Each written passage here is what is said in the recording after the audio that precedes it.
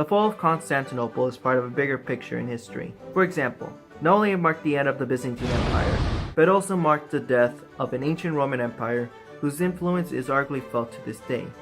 So how did Constantinople fall?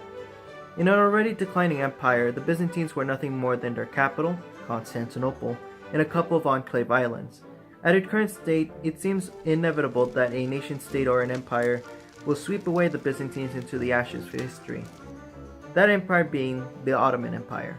The Ottomans were on the rise since the 1300s, gaining strength, men, and territory.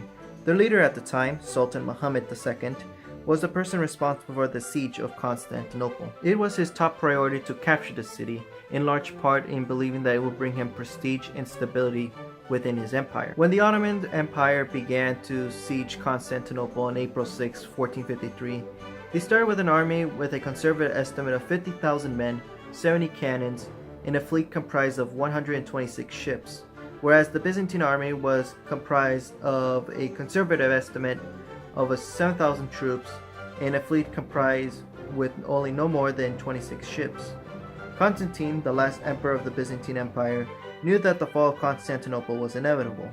Despite this, he made his last stands during the siege of the imperial capital, where he later died on the very last day of the Ottoman siege. After the Ottomans occupied the former Byzantine capital, they instituted many reforms in the city, such as renaming the city from Constantinople to Istanbul. He also took initiatives of reconstructing the Hagia Sophia into a mosque, in which today it's a museum. Muhammad also decided that Istanbul is to be the capital of the Ottoman Empire.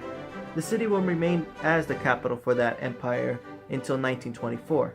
Despite the fall of Constantinople, this inevitable event played a pivotal moment in the Renaissance in Europe, as the Byzantine scholars migrated toward Western Europe, bringing them knowledge of science and revival of Greek and Roman studies.